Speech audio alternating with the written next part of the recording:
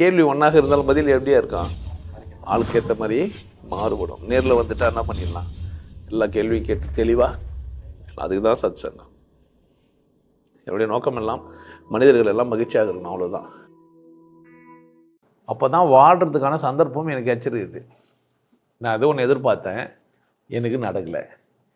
அப்போ தான் என் திறமையை காட்டுவேன். இப்போது கல் எடுத்து ஒரு மாங்காய் வச்சேன், உள்ள என்ன பண்ணுவேன், மரம் ஏறலாமா, கடை எடுக்கலாமா, கடை வச்சு அறுக்கலாமா, வேற யாருன்னா அடிக்க தெரிஞ்சோன்னா மாங்காய் அடிக்க சொல்லலாமா, உழுக்கலாமா, ஆப்ஷன் நிறைய தேடுவேன். கல் அடுத்தவொடனே வச்சுருந்தாக்கா அவள் தான் பொழுதுன்னு போயிட்டுருப்பேன். எதிர்பார்த்தது நடக்கல, என்ன ஆச்சு எனக்கு, பல வழியில் முயற்சி பண்ண பார்க்குறேன், நிறைய வழிகளை கண்டுபிடிப்பேன். இப்போ நான் தோல்வி தான் வெற்றியின் அடிப்படை. ஒரு மனிதன் வெற்றி பெறான் யார் அப்படின்னு கேட்டோம்னா, தோற்று போகிறவன் தான் என்ன ஆவான், திரும்பவான். என்னன்னா முயற்சி விட்டா தான் தப்பாக போயிடுது போதுன்றதுனால. அப்போ நான் எப்போ வாழ்கிறேன், பிரச்சனை இருந்தால் தான். இல்லைன்னா ஒரு பிரச்சனையும் கிடையாது. கல் இது சும்மா கெடுக்கும். அதுக்கு என்ன சொல்கிறது, பசி எடுக்காது, தூக்கம் வராது, சில்லுன்னு ஆகாது, வெயில் பச்சா சூடாக இருக்காது, எது வந்தாலும் எப்படி கெடுக்கும் அந்த கல். கருங்கல்லி சிலையோ காதல் எனக்கு இல்லையோலாம் சொல்லி வச்சுருப்பாங்க. நமக்கு வெயில் பட்டா சுரியலன்னும் கொடை கண்டுபிடிச்சோமா, மழை வந்த உடனே நனைஞ்சோம் கொடை கண்டுபிடிச்சோமா. ஸோ வெயிலுக்கு ஒரு கொடை, மழைக்கு ஒரு கொடை, ரெண்டுக்கு ஒரு கொடை கிடையாது.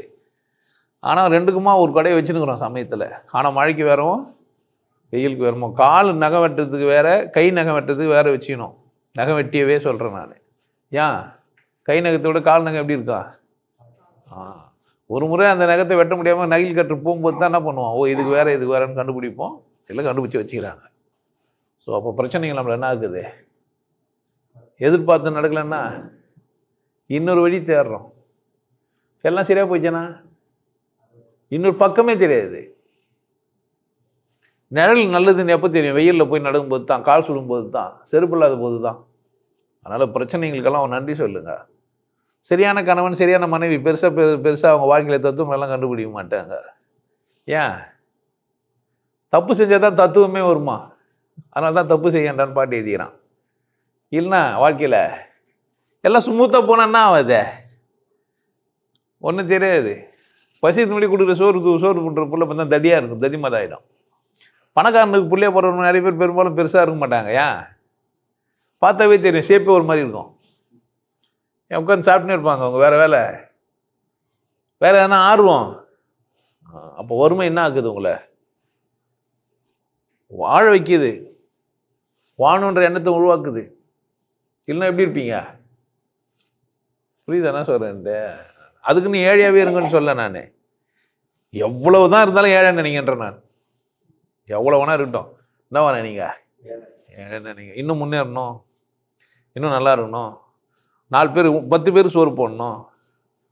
பொங்கல் தானே கொடுத்துங்கிறேன், பிரியாணி கொடுக்கணும் நான் வாரம்.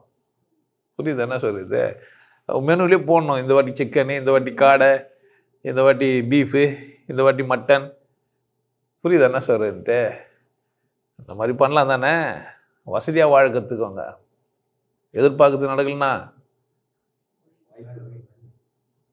வேறு எதுவும் நடக்க போகுதுன்னு அர்த்தம். இதோட விஷயம் வசதியாகிறதுன்னு நினைக்கணும். சரியா, கரெக்ட் தானே?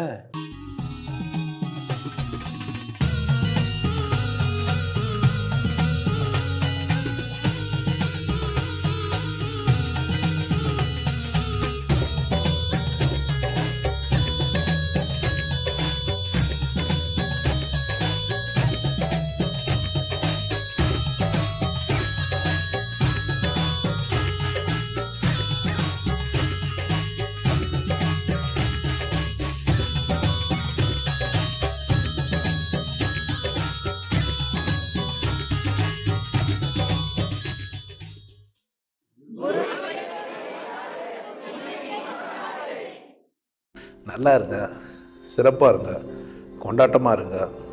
உங்களை நீங்கள் மதிப்பு மிகுந்தவராக மாற்றுறது உங்கள் கையில் தான் இருக்குது. நல்லா இருங்க. நான் ஒரு வாய்ப்பு என்னை பயன்படுத்திக்கலாம். நல்லது.